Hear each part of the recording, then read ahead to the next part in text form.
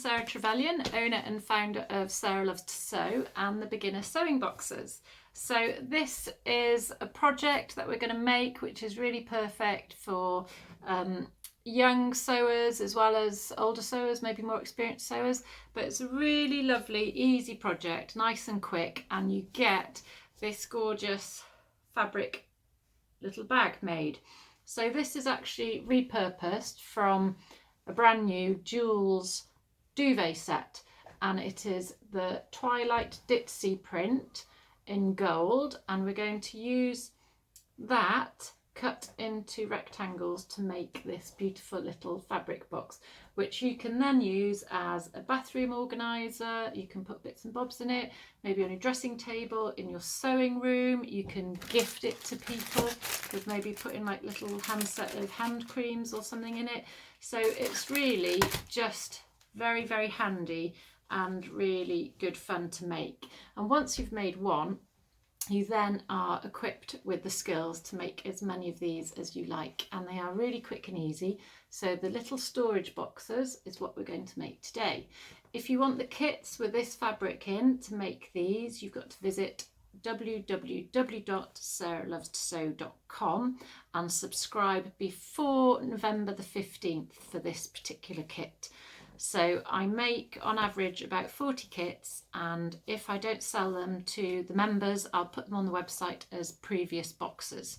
So I'm hoping that this one will sell like hotcakes, because it's a really nice one to gift to maybe a teenager who's got a sewing machine that wants to start doing something. It's ideal as a Christmas gift. You can just gift them the box, and the online tutorial is there for them as well. So they'll get photo card instructions, so it's very visual sort of learning, and then the box will come in a box this size.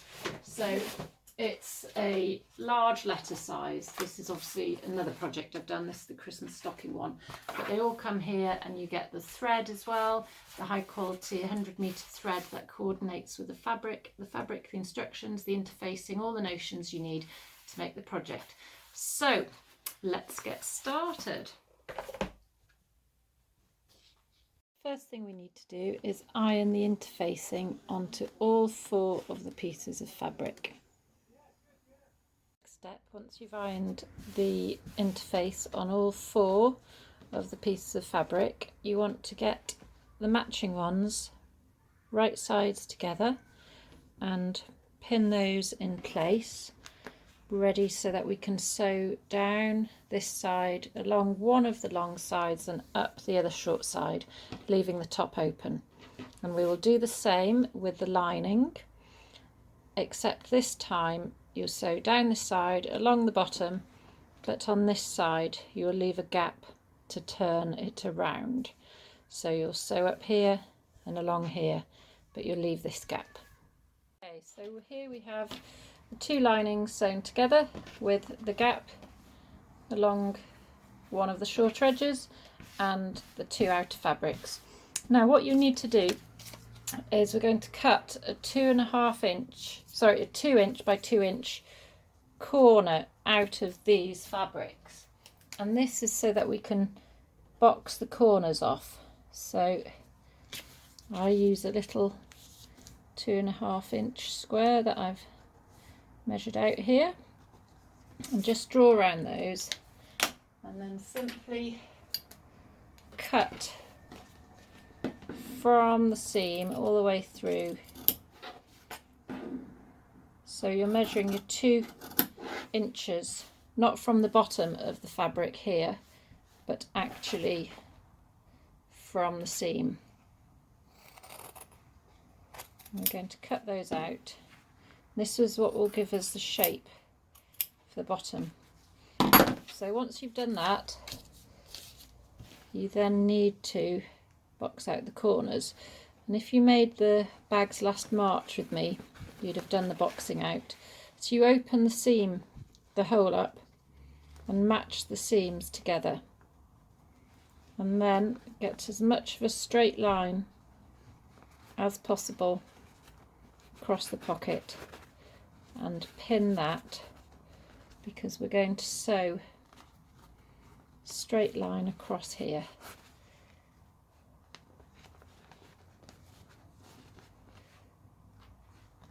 so. So that's what it looks like, and we're going to just take 3/8 of an inch seam allowance this time, and sew from the top all the way across the seam down to the other side in as straight a line as possible. And you're going to do that on both of these corners, and we're then going to do the same on the lining.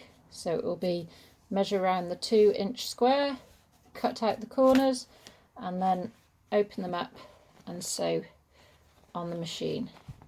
Okay, let's go and do this. Just show you this one. Obviously take your pins out. So I've put my needle in about a centimetre from the edge. I'm going to start off with reverse stitches again, some back stitch just to secure that corner.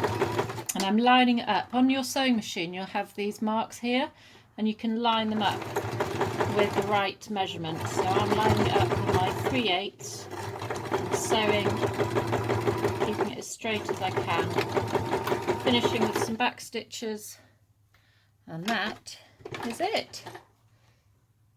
So we've now got our corners all boxed out, and you want to turn this one the right way round, and with the lining you're just going to fold a bit of a cuff over, and this just makes it easier to get our bag inside.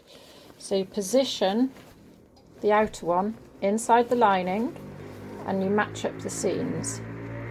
Oh, sorry, it seems to be loud motorbike going past. So you match the seams up on both sides and just pin those into place, and then we will sew all the way around the top, making sure you don't sew them closed. So on my machine I can actually take off a section so that it does make this part a lot easier. So you want to pin the tops together as best you can, and then if there's any extra gather, try and sort of push it along as you're sewing. And you're sewing the right sides together, and then we will turn this through that little gap that we left in the lining. So there's a little bit of extra gather there, so you can either move it along to where the side seams are, or just try and sort of displace it a little bit, spread it over a couple of bits. I think mine's going to the side lining there. Okay, then we'll take it to the machine to sew. This is the bit where I can take this section off my machine, and then you can just fit the bag over the end, and it makes it a lot easier.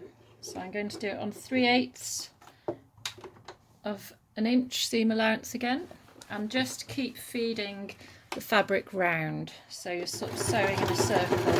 A few back stitches to start with, and then as you're going, make sure you don't prick yourself on the pins like I just did. And this will be sewing the top 2 layers together. If there's a slight overlap, just try and spread it out so you're pushing it around like so, and you'll feel it when we're coming back to the start. Just cross over the back stitch to secure it, and that is that. Oh look, I've run out of bobbin. Okay, this can happen sometimes. Make sure you filled your bobbin up before you start sewing. So I'm going to have to fill this bobbin up now. Found out where the bobbin ran out, and I'm just picking up again after filling it up. So reverse a few stitches and just keep going in the way that you were going. So my seams have moved a little bit there, so I'm going to have to take up the excess, just pinch it a little bit there.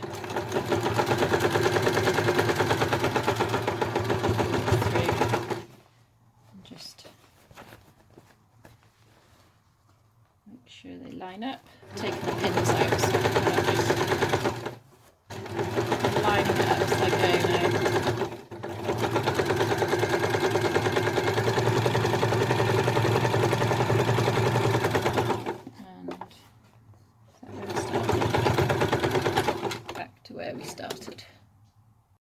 Okay, so the next thing that we need to do now is turn the bag the right way around. So find the seam that's open and very carefully just start pulling the bag through, and then we can start to just shape it. So we will have this little side seam here. If you tuck any stray threads in and just pull it tight, and you can either just do a little line of machine stitching along there, or if you want to be a little bit neater and you quite enjoy hand sewing, got to say I quite like doing a bit of hand sewing, you just sew up that edge with a little hand stitch, and then we can start to shape the bag. So let's sew that seam first. So this doesn't have to be anything fancy. I just start one side, I tie a little knot,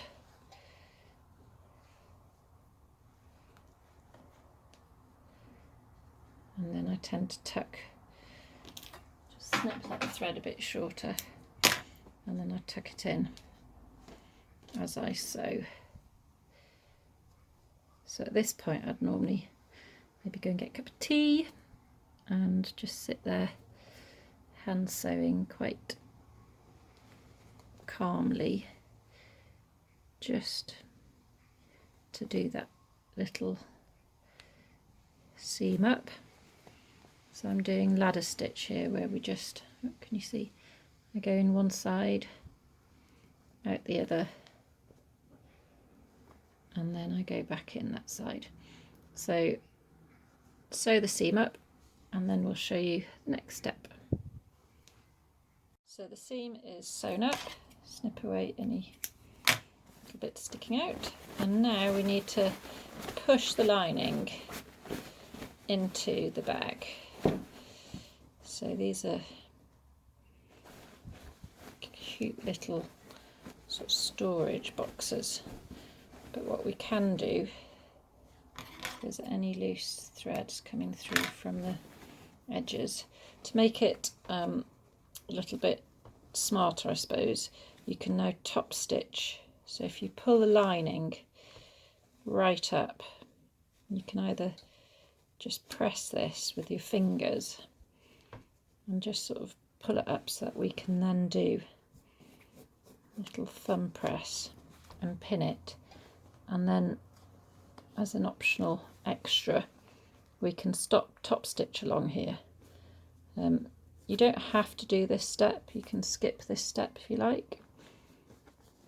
I just find that it actually makes it kind of hold its shape a little bit better when we start to turn the cuff down.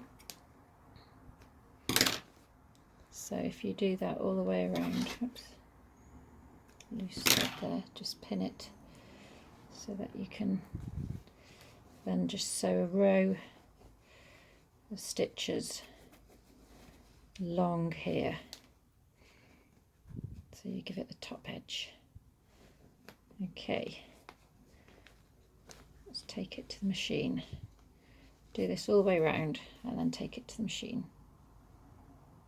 Sew the top stitch the same way that I did with around here.